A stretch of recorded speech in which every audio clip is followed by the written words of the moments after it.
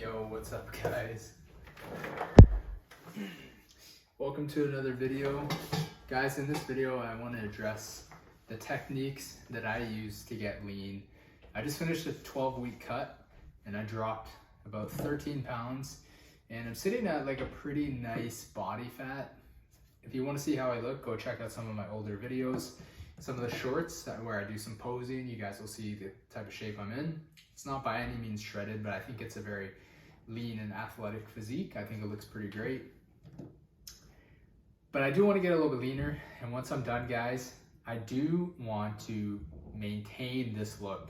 And the key with this is I don't want to get too lean, and the key is maintaining the leanness. So I'm going to address and go over the techniques that I use to get lean. I hope this helps you guys out. Let's get into it. All right, so I've got my notes here. I'm gonna be peeking back and forth so I don't miss anything.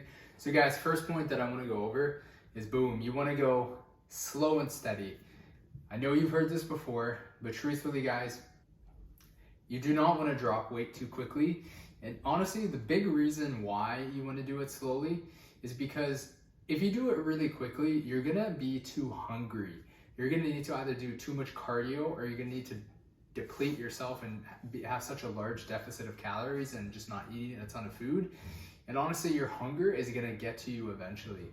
And either you power through a long diet and then you end up binging nonstop after, or you end up binging in your diet.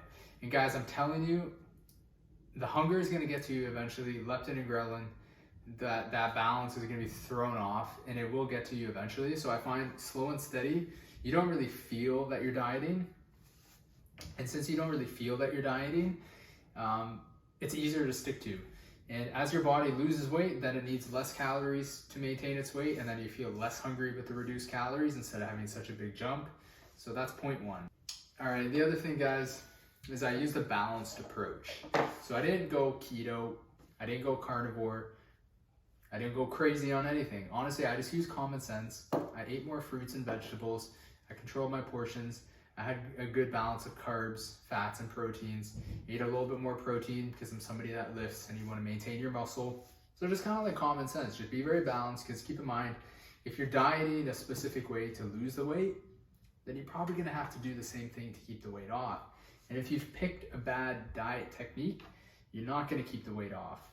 All right, number three, something that I used daily to honestly just absolutely curb my hunger, and that's 0-calorie beverages. So I'm talking flavored, like carbonated waters. You could use like Gatorade Zero, Diet Pops, and even decaf coffee, guys, for those of you who like the taste of coffee and you want to drink it, say like at various times that are a little bit later, especially, and when you want to get that coffee taste.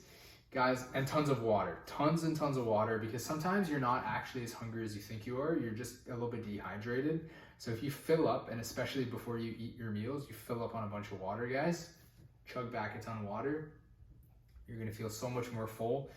And yeah, so those are keys. So next thing I'm gonna talk about is the cardio. So guys, I set a low minimum amount of cardio that I would have to do, and I would set it so I would have to do it about 6 times a week, even sometimes every single day.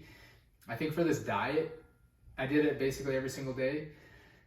But moving forward, I'm not gonna be able to do cardio every single day of my life, but like most days, I try to do cardio, guys. So I try to do 20 minutes to 25 minutes minimum every single day. On the days that I lift, I'll usually stick to that because the focus is more on weightlifting. But then I'll have, so I'm lifting about 4 times a week. I find for recovery and everything, it's like very optimal. So on the days that I'm lifting, I'm focusing more on the lifts, but I'll still do that minimum amount of cardio. And on the other days that I hit the gym, so let's say I'm working out 6 times a week, I'll just have the other 2 days cardio days. So I'll just do a lot more cardio those days. And if I can't do extra, I'll just do the minimum. But if I can do upwards to like an hour, sometimes I have done that. And because you know, it's not all just about building muscle, guys. Like the cardio is there to help you get more fit, and it's also there to help you burn calories. So that's an important thing to remember. Good point on like addressing the cardio is like you need it, set a minimum amount, and when you can do more, do more. All right, so just to back up on that last point, I know some of you guys may think that's like a ton of days in the gym. But really, it's only like 4 days in the gym, right, where you're lifting weights. And really, one of those days was kind of like an extra day. So I would do chest and triceps, back and biceps, legs, and then I would basically do shoulders, calves, and abs, and like lower back. So technically, I mean, it would be kind of difficult to do some of your shoulder stuff at home, but like, yeah, 4 days in the gym. And the cardio, guys, I have a stationary bike, so that just comes in so handy because that's actually part of my morning routine where I literally just rip some cardio in the morning. But on the days that you need to do like an hour of cardio, guys, like you could go for a walk outside, you could go for a run, you could ride your actual bike.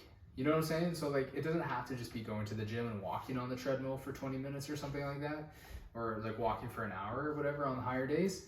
So just keep that in mind. And the last thing is, guys, simplicity with your diet. I tend to be more of a creature of habit. I'm not sure if this is a male versus female thing, because I've talked to a lot of girls that have said they like to have more variety in their diet.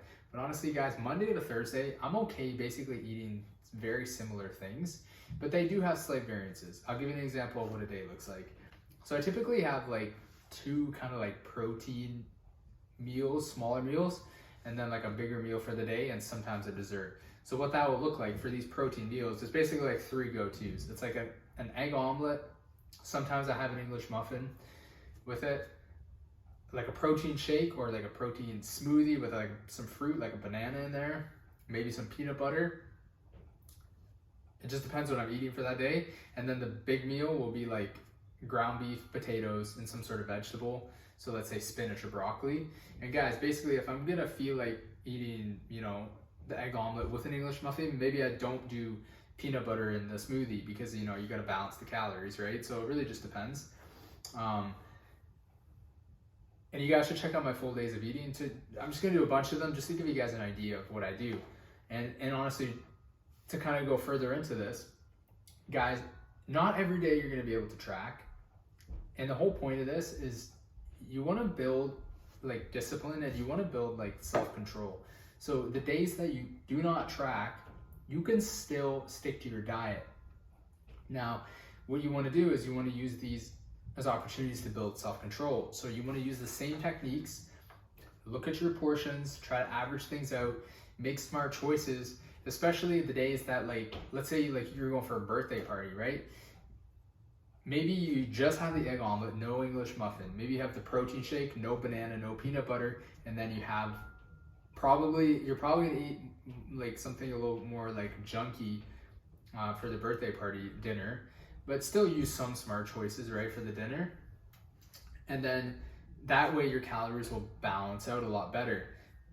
Also, another side note, so you guys are wondering, like obviously on a diet, you're not gonna be like, even if you're restricting calories and trying to stay lean, you guys, you have to embrace the fact that not every single day you can eat super low calories. So the reason I'm telling you this is because on a day, like if my birthday's coming up, guys, so what I'm gonna do is I'm gonna have probably like 2 protein shakes throughout the day. I actually don't know what I'm eating for dinner. It's gonna be a surprise. It's probably gonna be something with a little more fat. You know, if it was like a burger with cheese and a little bit of bacon, you know what I mean? Like I don't eat that stuff every day, but maybe I want it for my birthday. So I eat light for the rest of the day, still following the same kind of principles, but cutting out the carbs and the fats a little bit.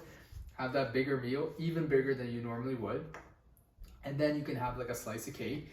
But again, we're practicing self-control because we understand that we want to stay lean. So you can still have cake, but you can just have a little bit of it and practice self-control.